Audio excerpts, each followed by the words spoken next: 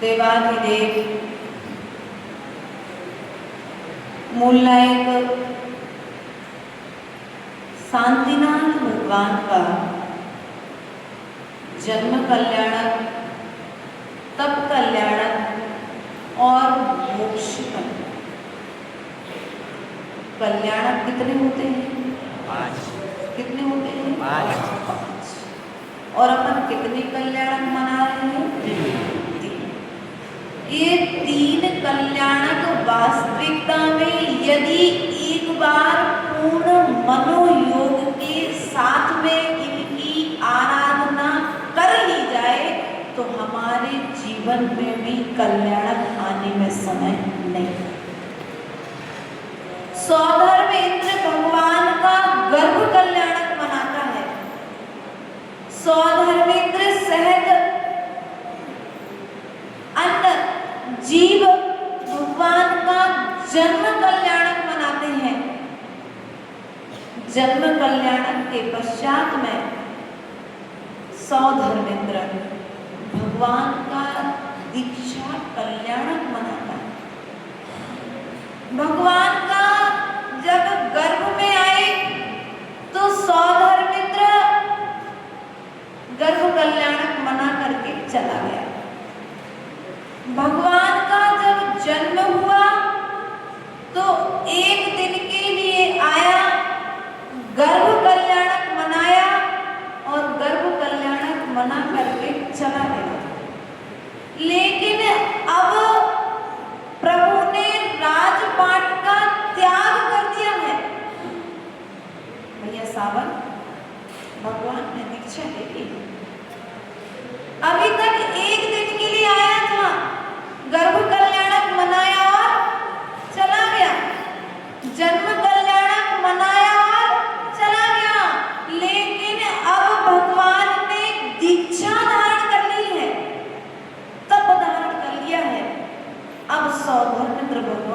छोड़ करके नहीं जाए।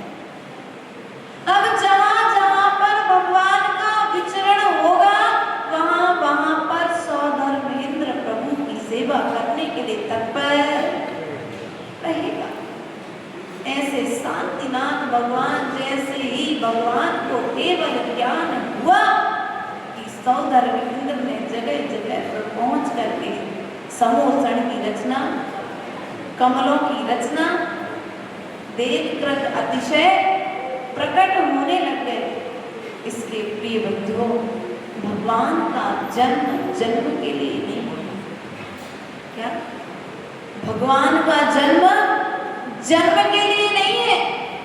भगवान का जन्म मरण के लिए नहीं है। भगवान का जन्म समाधि मरण के लिए है। हम जीवों के लिए पंचम काल में कल्याणक नहीं होते, लेकिन समाधि मरण तो उस कल्याणक की तैयारी तो होती है ना।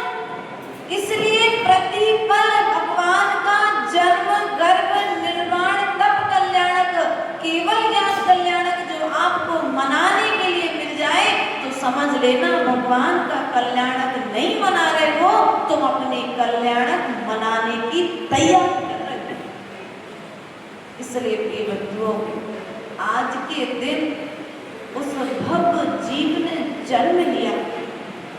जीव का जन्म हुआ था कि भगवान का जन्म है? बोलो। सब लोग कह रहे थे भगवान का गर्भ कल्याणक, भगवान का जन्म कल्याणक। तो भगवान का जन्म हुआ था कि जीव का जन्म हुआ था? जीव का जन्म जीव का हुआ था, और जीव ने अपने पुरुषार्थ से भगवत शक्ति को प्रकट किया है। और हम कौन है? बोलो, आप लोग कौन हो? जीव हो ना।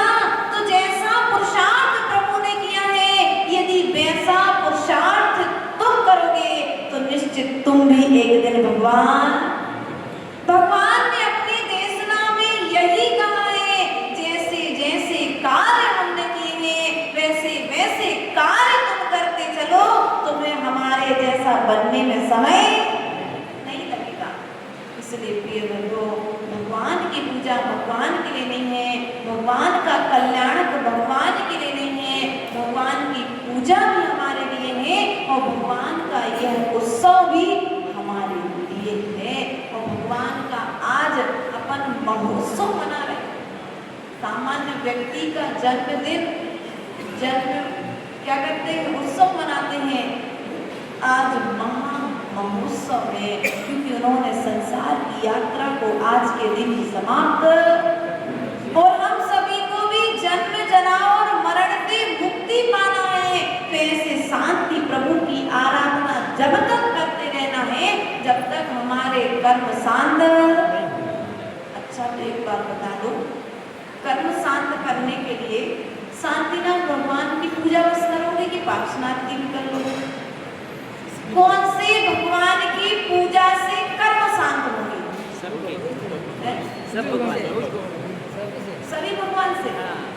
पक्का पक्का एक बात विश्वास में रखना, आदिनाथ की पूजा करोगे तो भी कर्म शांत होंगे, अजितनाथ की पूजा करोगे तो भी कर्म शांत होंगे, शांतिनाथ की पूजा करोगे तो भी कर्म शांत होंगे, और महावीर भगवान की पूजा करोगे तो भी कर्म शांत होंगे।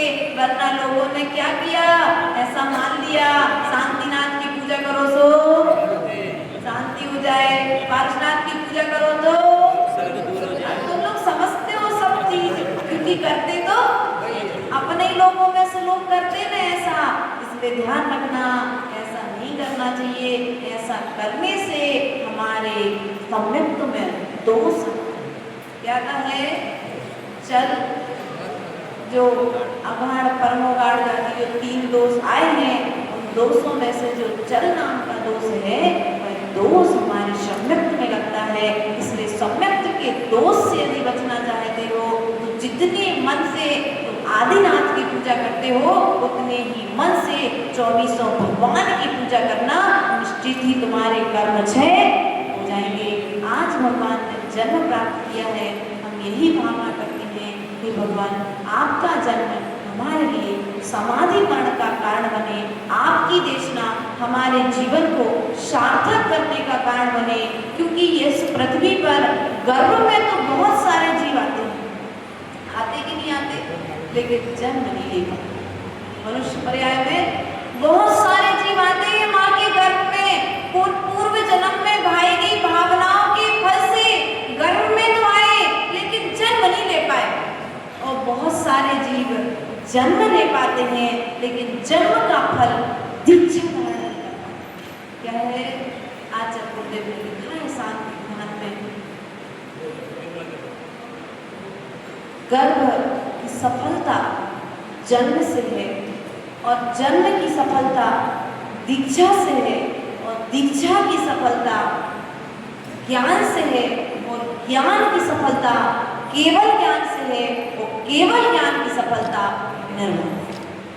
तो आप लोग कहोगे माता जी पंचम काल में तो मोक्ष होने नहीं है, तो पुरुषार्थ करना, बोलो पुरुषार्थ करना। बागी द्वारा की बड़ी बड़ी ज्ञानी यात्रा दीपक भी आ गए भैया, पंचम काल में मोक्ष दो, तो फिर क्या करें? घर पर बैठो, पैसे कमाओ, बढ़िया पंखी कूलर के एसी की हवा खाओ। आचार्य भगवंत ने कहा है वर्तमान पंचम काल में भले ही मोक्ष नहीं है, लेकिन वर्तमान पंचम काल में मोक्ष का मार्ग है। इसलिए मोक्ष का द्वार, जैसे हमने भी पूर्व की क्लास में, दोपहर की मध्याह्न कालीन क्लास में बताया था कि जैसे ही वर्तमान पंचम काल में मोक्ष नहीं है, लेकिन जैसे ही चतुर्थ काल आएगा तो सबसे पहले नंबर बोलो किसका लगेगा? जिसके संयम के, त्याग के, व्रत नियम धारण करने के संस्कार रहेंगे, और जैसे ही वो चतुर्थ काल में जन्म लेगा तत्काल उसके थोड़ा सा निमित्त मिलेगा, और दीक्षा लेने के बाद हो जाएंगे। जैसे नलाते हैं तो सबसे पहले बाल्टी जिसकी लगी होगी उसकी बाल्टी में पानी आएगा। तो ऐसे जिसने त्याग के संस्कार यहाँ से बना करके रखे होंगे, वही चतुर्थ काल में जाकर के व्रत नियम संयम को धारण कर पाएगा, और जिसने संस्कार नहीं बनाए होंगे तो वहां पर जाकर के तो क्या करेगा? उस देव की तरह स्थिति होगी। संसार दशा का चित्र बना होगा आपके यहाँ पीछे दीवार पर, एक पेड़ पर एक मनुष्य लटका हुआ है ना? वो मनुष्य कोई दूसरा नहीं है, नहीं है। कौन है? आप लोग हो शुक्ल पक्ष और कृष्ण पक्ष स्वरूप एक काले रंग का चूहा और एक सफेद रंग का चूहा डाली को काट रहा है, और कुएं के भीतर में नीचे 4 सर्प मुंह फाड़ करके बिल्कुल ऊंचे खड़े हुए हैं, और वह मनुष्य उस ऊपर वाली डाली से एक शहद की बूंद आ रही है, और एक देवी और देव का विमान वहां पर है, और वह देवी अपने देव से कहती है कि देव देखो इस जीव की रक्षा कर लो। क्या कर लो? इस जीव की रक्षा कर लो, डाली कट जाएगी तो इसी सांप के मुख में चला जाएगा, और काल रूपी हाथी उस पेड़ को अपने सूंड से हिला रहा है। लेकिन फिर भी देव ने कहा कि आ जाओ, चलो, अब डाली टूटने वाली है तो मेरा हाथ पकड़ लो। तो मनुष्य क्या कहता है? एक बूंद और, बस एक बूंद ले लेने दो, उसके बाद में हाथ। वैसे तुम्हारी स्थिति है, थोड़ा सा समय और परिवार में रहने दो, उसके पश्चात में दीक्षा, फिर उसके बाद त्याग कर देंगे। ऐसा नहीं करो, वरना काल के मुख में जाने में तुम्हें समय लगेगा नहीं। यही शांतिनाथ भगवान ने कहा है, सो हमने आपको बतलाया है। समय के पहले सुधार आवश्यक है, तो समय के पहले यदि हम सुधर जाएंगे तो शांतिनाथ भगवान के जैसे शांति पाने में समय नहीं लगेगा। बोले भगवान महावीर स्वामी की, परम पूज्य आचार्य गुरुवरेश्वर विभव सागर जी महाराज की।